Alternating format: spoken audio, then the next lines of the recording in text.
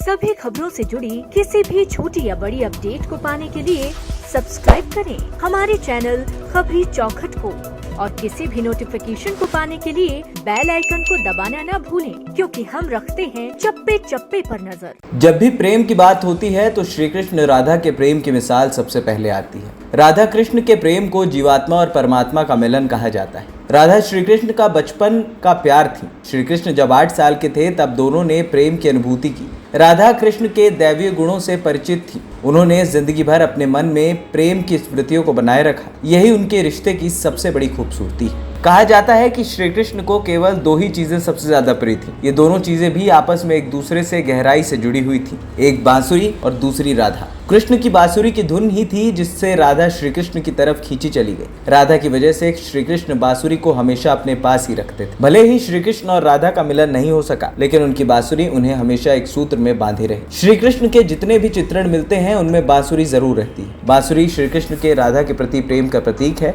वैसे तो राधा से जुड़े कई अलग अलग विवरण मौजूद हैं, लेकिन एक प्रचलित कहानी नीचे दी गई है जो हम आपको बताने जा रहे हैं। दरअसल भगवान श्री कृष्ण से राधा पहली बार तब अलग हुई जब मामा कंस ने बलराम और कृष्ण को आमंत्रित किया। वृंदावन के लोग ये खबर सुनकर दुखी हो गए। मथुरा जाने से पहले श्री कृष्ण राधा से मिले थे। राधा कृष्ण के मन में चल रही हर गतिविधि को जानती थी। राधा को अलविदा कहकर कृष्ण उनसे दूर चले गए। कृष्ण राधा से ये वादा करके गए थे कि वो वापस आएंगे, लेकिन कृष्ण राधा के पास वापस नहीं आए। उनकी शादी भी रुक्मणी से हुई। रुक्मणी ने भी श्री कृष्ण को पाने के लिए बहुत जतन किए थे। श्री कृष्ण से विवाह के लिए वो अपने भाई रुक्मी के खिलाफ चली गई थी। राधा की तरह वो भी श्री कृष्ण से प्यार करती थी। रुक्मणी ने श्री कृष्ण को एक प्रेम पत्र भी भेजा था कि वो आकर उन्हें अपने साथ ले जाए।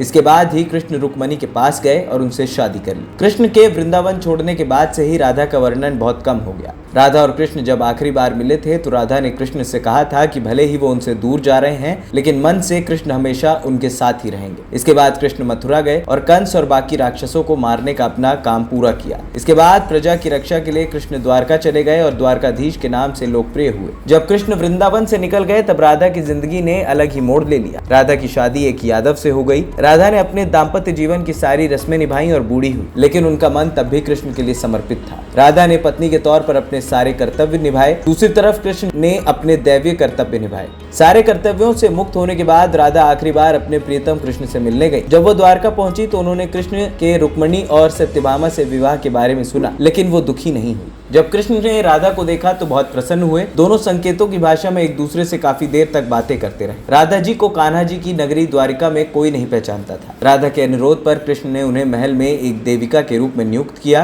राधा दिन भर महल में रहती थी और महल से जुड़े कार्य देखती थी। मौका मिलते ही वो कृष्ण के दर्शन कर लेती थी, लेकिन महल में राधा ने कृष्ण के साथ पहले ही तरह का आध्यात्मिक जुड़ाव महसूस नहीं किया। इसलिए राधा ने महल से दूर जाना तय किया। उन्होंने सोचा कि वो दूर जाकर दोबारा कृष्ण के साथ गहरा आत्मीय संबंध स्थापित कर पाएंगी। उन्हें नहीं पता था कि वो कहाँ जा रही हैं, लेकिन भगवान श्री कृष्ण जानते थे। धीरे धीरे समय बीता और राधा बिल्कुल अकेली और कमजोर हो गई। उस वक्त उन्हें भगवान श्री कृष्ण की आवश्यकता पड़ी। आखिरी समय में श्री कृष्ण उनके सामने आए। कृष्ण ने राधा से कहा कि वो उनसे कुछ मांगे, लेकिन राधा ने मना कर दिया। कृष्ण ने दोबारा अनुरोध करने पर राधा ने कहा कि वो आखिरी बार उन्हें बांसुरी बजाते देखना चाहती है। कृष्ण ने बांसुरी ली और बेहद सुरीली धुन में बजाने लगे। कृष्ण ने दिन रात बांसुरी बजाई जब तक राधा आध्यात्मिक रूप से कृष्ण में विलीन नहीं हो गई। बांसुरी की धुन सुनते सुनते राधा ने अपने शरीर का त्याग किया। हालांकि भगवान कृष्ण जानते थे कि उनका प्रेम अमर है, बावजूद वे राधा की मृत्यु को बर्दाश्त नहीं कर सके। कृष्ण ने प्रेम के प्रतीकात्मक अंत के रूप में बांसुरी तोड़कर झाड़ी में फेंक दी। उसके बाद से श्री कृष्ण के जीवन भर बांसुरी या कोई अन्य वादक यंत्र नहीं बजाया। कहा जाता है कि जब द्वापर युग में नारायण ने श्री कृष्ण का जन्म लिया था, तब माँ लक्ष्मी ने राधा रानी के रूप में जन्म लिया था, ताकि मृत्यु लोक में भी वो उनके साथ ही रहे।